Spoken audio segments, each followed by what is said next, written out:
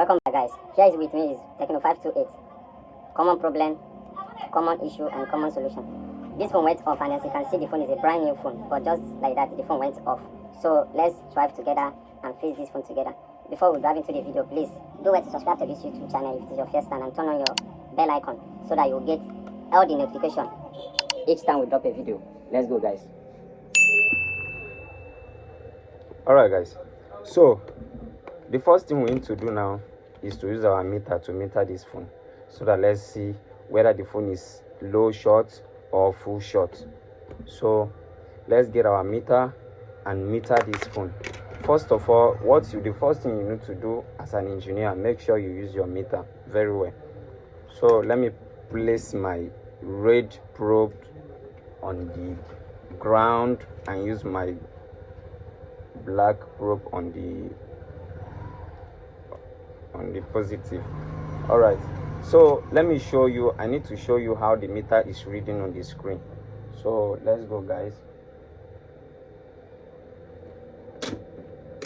As you can see, your meter should be set on continuity mode, understand, so that let's read the board, whether the board is short or normal. As you can see, we are having 555. The current is not that stable, so let me try it again. As you can see, the current is not that stable, so it shows that this phone is having current, nothing like short. The phone does not have any short. So let's open the phone.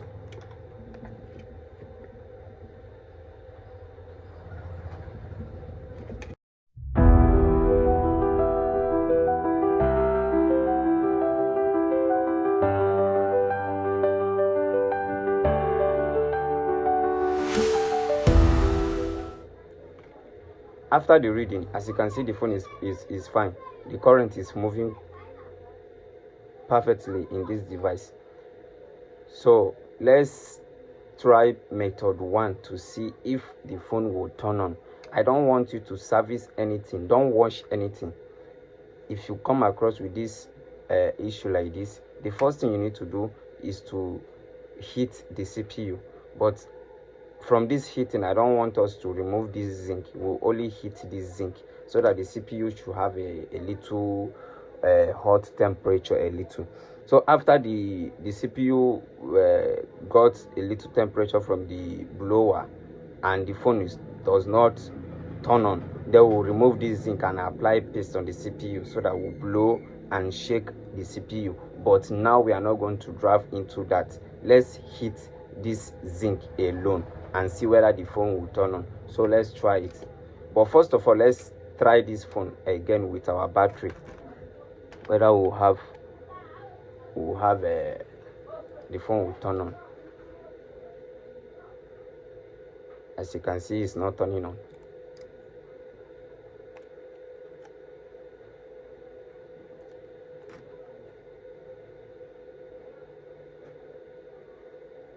This phone is not turning on.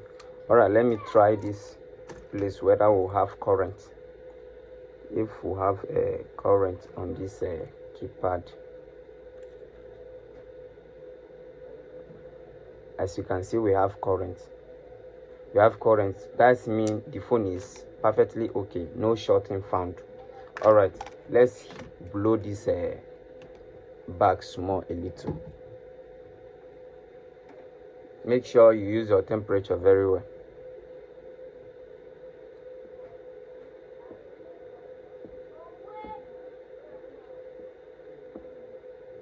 Just keep heating. But make sure you use 300 temperature and reduce your air to 100 so that everything will work perfectly. Let me raise it a little because of the screen.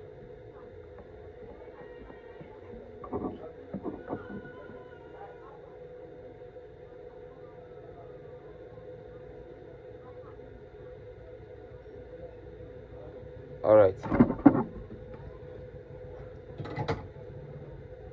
let's allow the phone to cool a little.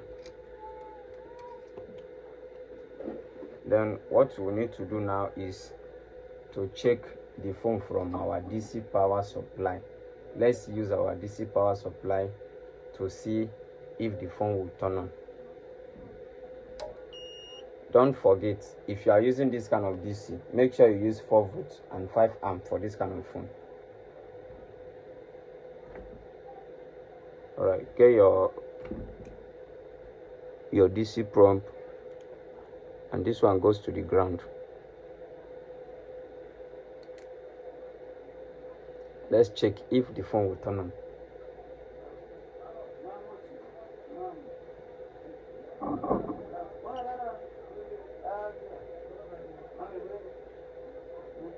Wow, as you can see, the phone is on, but we are having 160 to 150 voltage, and it's dropping to 130 something. So as you can see, the phone is okay. So guys, as you can see, just minus something. So don't stress yourself and go and open this zinc and try to shake some IC or remove something. Make sure you understand where this problem is coming from before going to. This phone has only CPU, and the CPU connect to so many branches, so it can hinder a lot of things to stop working from this phone. So if you find this video helpful, make sure you subscribe to this YouTube channel and like this video, drop your opinion, and make sure you turn on your bell icon so that you have a notification. You get notification from our next post. Thank you.